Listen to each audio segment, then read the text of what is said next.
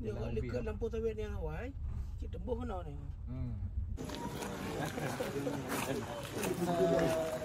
خليفية بدون خالدية نقشبندية خالدية برشاشية وهابية هذا مدير المعهد هو شكله وهابي شكله وهابي تفضل كيف الحال؟ خير الحمد لله يعني أبا كبر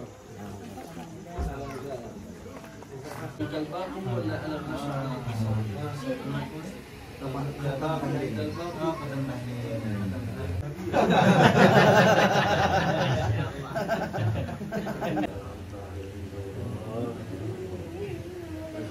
الله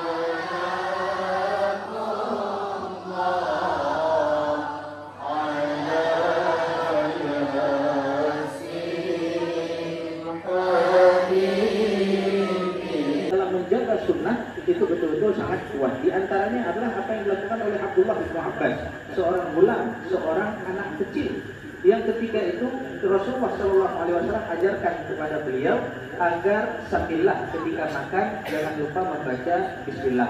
Kemudian makan dengan tangan kanan. لذلك ظهرت فائدة السنة وقيمة السنة عند المسلمين، فهي مفسرة وموضحة لكتاب الله سبحانه وتعالى. الإمام الشافعي يقول أن السنة بمنزلة القرآن، فالقرآن نص والسنة بيان وتوضيح وتفسير له فأخذت حكمه.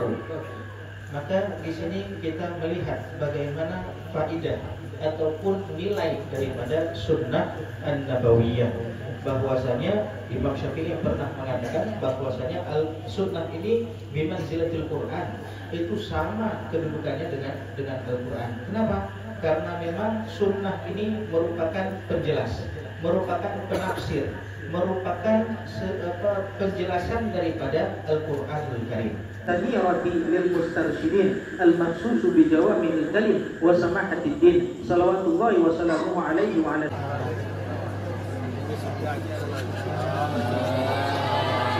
biasa nggak sama ini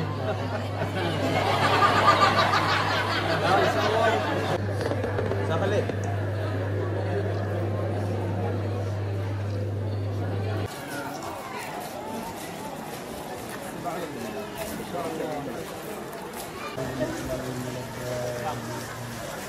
Bismillahirrahmanirrahim. Bismillahirrahmanirrahim. Qul huwallahu ahad, Allahus samad, lam yalid wa lam yulad.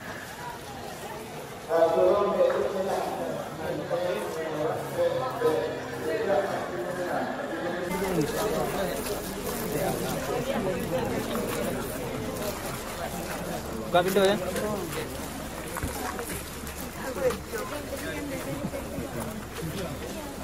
Jangan